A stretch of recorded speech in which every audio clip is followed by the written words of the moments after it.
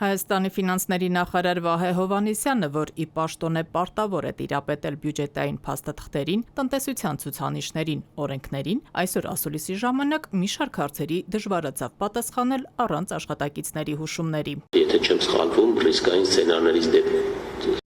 սցենարներից մեկի դեպքում տնտեսական աճը կարող է լինել 5.1-ի փոխարեն 1.3%։ Հարկային արտոնությունների հետ կապված ծախսը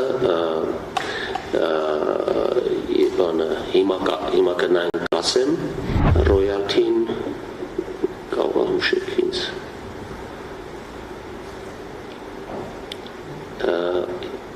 Հիմա կասեմ, եթե չեմ սխալվում 10%-ի շրջանակներում էր արշալույսը կողի, եթե սխալվում եմ, ինչքան է հայտարարված։ Ստվերը։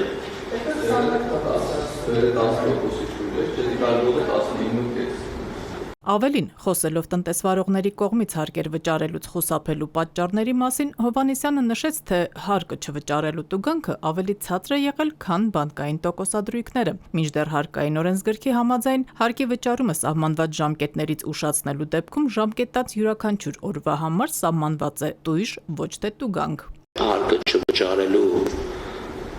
տուգանքը ավելի ցածր է եղել, քան բանկային տոկոսադրույքները։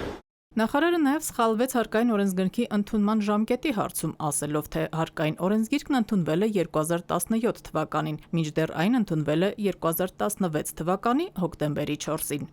Հարկային օրենսգիրքը ընդունվել է 17 թվականին։ Մնում է հուսալ, որ բյուջեն պլանավորելիս և հաշվարկելիս նման վրիպումներ չեն լինում։